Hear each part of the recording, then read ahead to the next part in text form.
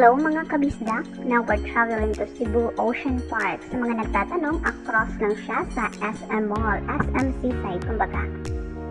By the way, please don't forget to subscribe, hit the notification bell for more videos. Thank you. Wow.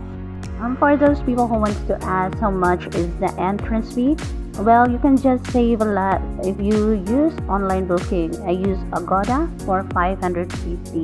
Nakasave po ako ng 50 each per person. Pero kung sa baba ko yung bibili, it just cost 600 each.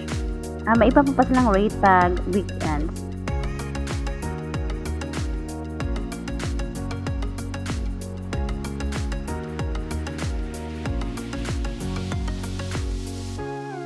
O, yan ang upo pala si Dory. O, yan. Naloka nakakahanap yung real name mo. Parang naiinis na yung anak ko kasi ayaw na niyang magpa-picture. Gusto niya nang maglakad-lakad.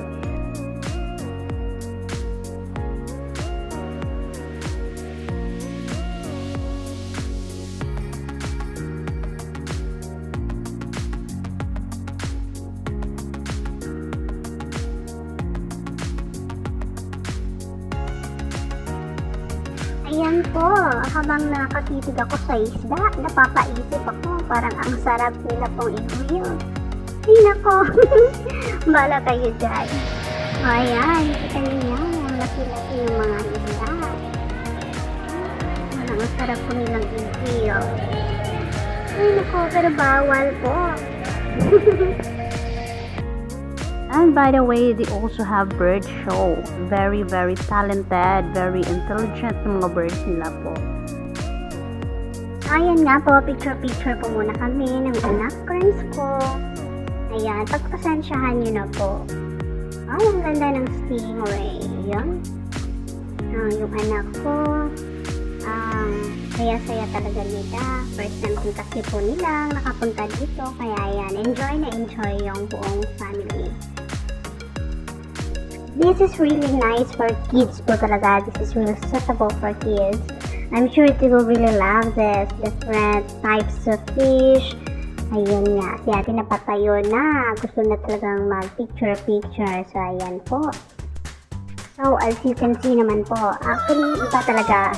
Mag-real nyo talaga makikita.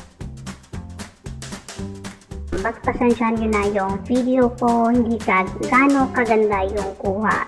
Mas malinaw talaga po siya pag dito talaga sa loob ng aquarium. So, ayan nga, actually, I'm happy to see my kids, especially Sam. He was very surprised. Mangha-mangha talaga po siya. Lalo na pag nakita niya yung malalaking isda. Ayan, so ayan na nga. Iiwan na nga niya ako kasi nga po, excited talaga siya pumunta at makita pa yung iba.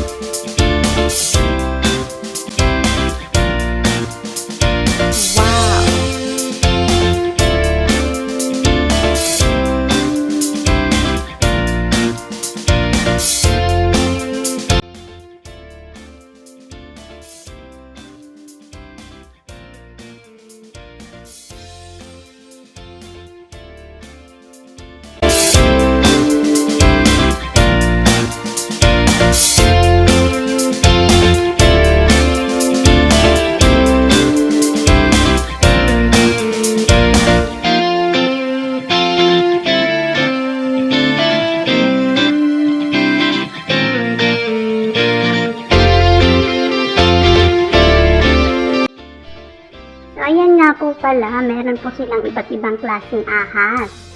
So, ayan, parang kaibigan mo lang, yung snake and the grass. Charot. Joke lang.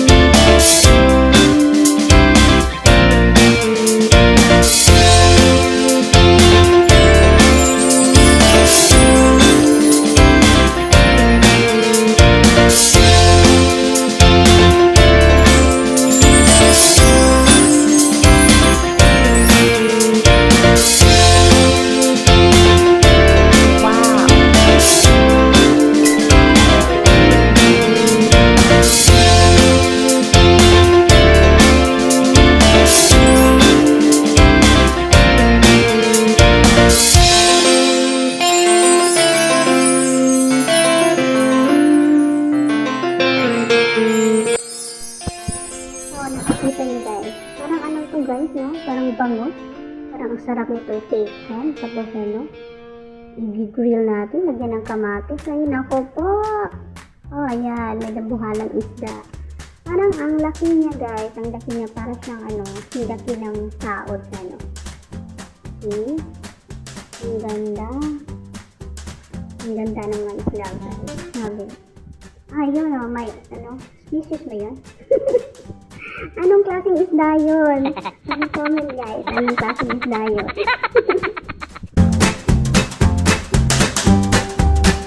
Oh my God.